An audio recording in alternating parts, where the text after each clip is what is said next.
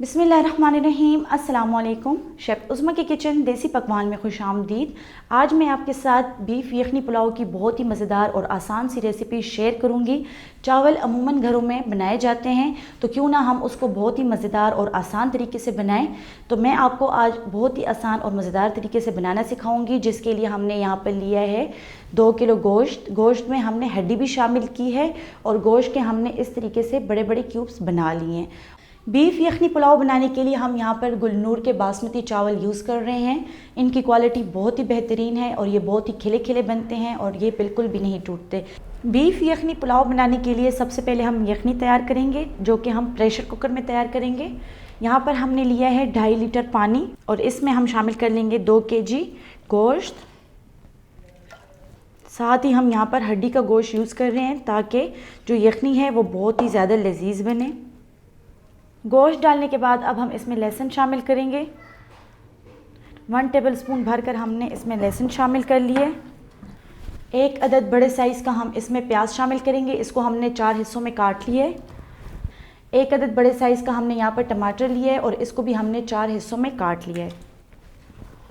अब हम इसमें कुछ स्पाइसेस डालेंगे। स्पाइसेस में हमने यहाँ पर लिए कुटी हुई लाल मिर्च 1/2 टीस्पून, नमक 1 टीस्पून, ज़ीरा 1 टीस्पून, कुटा हुआ धनिया 1 टेबलस्पून, 1 टीस्पून हमने यहाँ पर काली मिर्च ली है और 6 अदद हमने लौंग ली हैं और 2 अदद हमने दालचीनी के टुकड़े लिए हैं। ये स्पाइसेस हम इसमें शामिल कर लेंगे।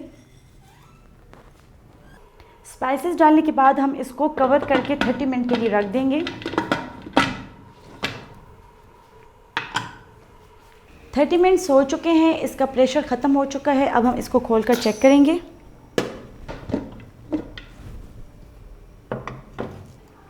ये आप देख सकते हैं गोश्त कितने अच्छे तरीके से गल चुका है और बहुत ही ज़बरदस्त इसकी खुशबू आ रही है। यखनी को हम साइड पे करेंगे और अब पुलाव तैयार करेंगे। पुलाव बनाने के लिए हमने यहाँ पर खुला सा पतीला लिया है। इसमें हम शामिल करेंगे 5 टेबलस्पून ऑयल। ऑयल डालने के बाद हम इसमें डाल देंगे 1 अदद प्याज।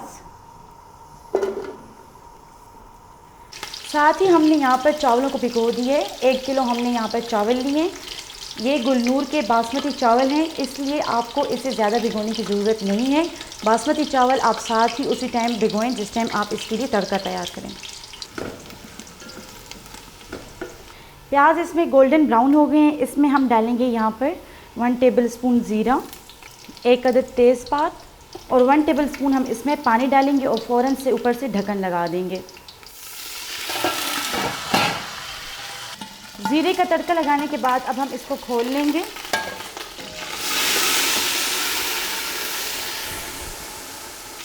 अब हम इसमें शामिल करेंगे 1 टेबलस्पून लहसुन का पेस्ट और 1 अदद बड़े साइज़ की हमने यहाँ पर हरी मिर्च ली है। अब हमने इसको इतना भूनना है कि जो लहसुन है उसकी खुशबू आने लगे।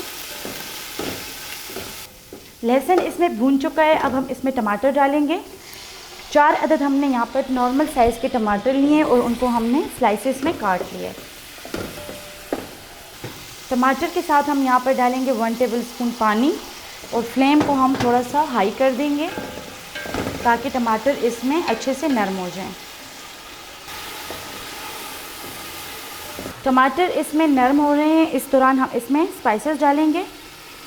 कुटी हुई लाल मिर्च हमने ली है यहाँ पर 1 टेबलस्पून, कुटी हुई लाल मिर्च 1/2 टेबलस्पून, कुटा हुआ धनिया हमने लिया है 1 टेबलस्पून और नमक मैं ले रही हूँ यहाँ पर 2 टेबलस्पून। आप अपने टेस्ट के हिसाब से कम या ज़्यादा कर सकते हैं।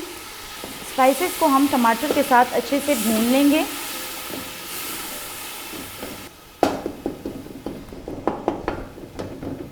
मसाला हमने अच्छे से भून लिया, ये आप देख सकते हैं ऑयल इससे सेपरेट हो चुका है। अब हम इसके नीचे फ्लेम मीडियम कर देंगे और इसमें हम गोश्त शामिल कर लेंगे जो कि हमने बॉईल किया था।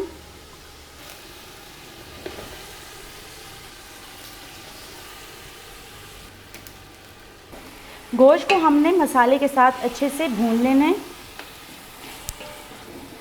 गोश्त को हमने भून लिए। अगर गोश्त आपका ओवर कुक नहीं हुआ तो आप उसको 5 से 6 मिनट तक भून सकते हैं, लेकिन गोश्त ज़्यादा नरम हो तो आप उसको बहुत ज़्यादा मत भूनिए क्योंकि वो गोश्त जो है तो टूट जाएगा। अब हम इसमें यखनी शामिल करेंगे। यहाँ पर हमने 1 किलो चावल लिए हैं, यानी कि जो ये कप है हमने इसके साथ उसको नाप कर डाला है, तो तकरीबन 4.5 कप हमने चावल लिए हैं। तो उसी के हिसाब से हम यहाँ पर 9 गिलास पानी लेंगे। पानी यानी कि यखनी लेंगे जो हमने स्टार्ट में तैयार की है।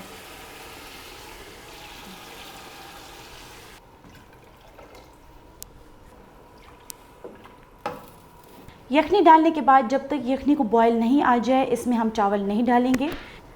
यखनी को बॉयल आ चुका है, अब हम इसमें गुलनूर के बासमती चावल ऐड कर लेंगे। चावलों से हमने पानी बिल्कुल ही निकाल लिया था। बहुत ही इजीली बासमती चावल तैयार हो जाते हैं, इसमें कोई कन्फ्यूजन नहीं है। जितने आप चावल ले रहे हैं उसकी डबल मिकदार में आप इसमें, अगर आप यखनी पुलाव बना रहे हैं तो यखनी लेंगे, अगर आप सिंपल पुलाव बना रहे हैं तो आप इसमें पानी लेंगे।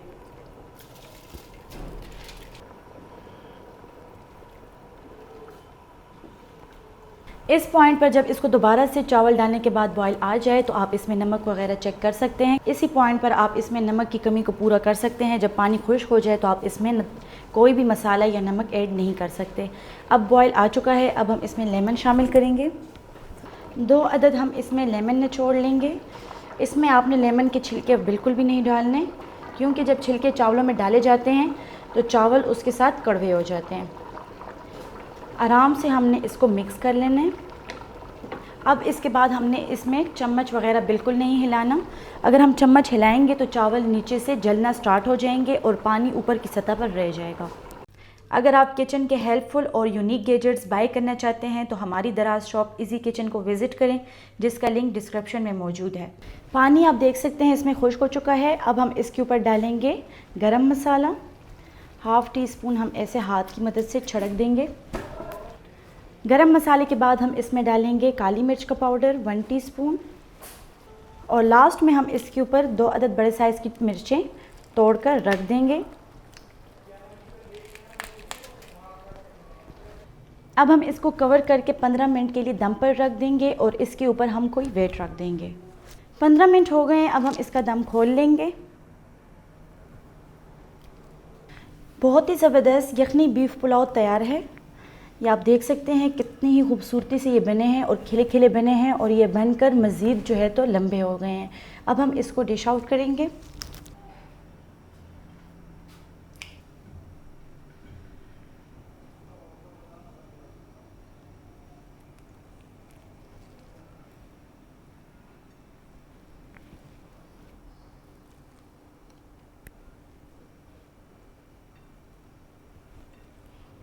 बहुत ही मज़ेदार यखनी बीफ पुलाव तैयार है। उम्मीद करते हैं कि आपको हमारी आज की रेसिपी पसंद आई होगी।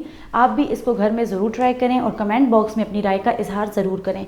मज़ीद हेल्दी और मज़ेदार रेसिपीज़ देखने के लिए हमारे यूट्यूब चैनल को सब्सक्राइब कर लें, फेसबुक पेज को लाइक कर लें और इंस्टाग्राम पर हमें फ़ॉलो करें। तो चलती हूँ, दुआओं में याद रखिएगा। इंशाल्लाह फिर मुलाकात होगी आसान, मज़ेदार और हेल्दी रेसिपी के साथ। शुक्रिया, अल्लाह हाफ़िज़।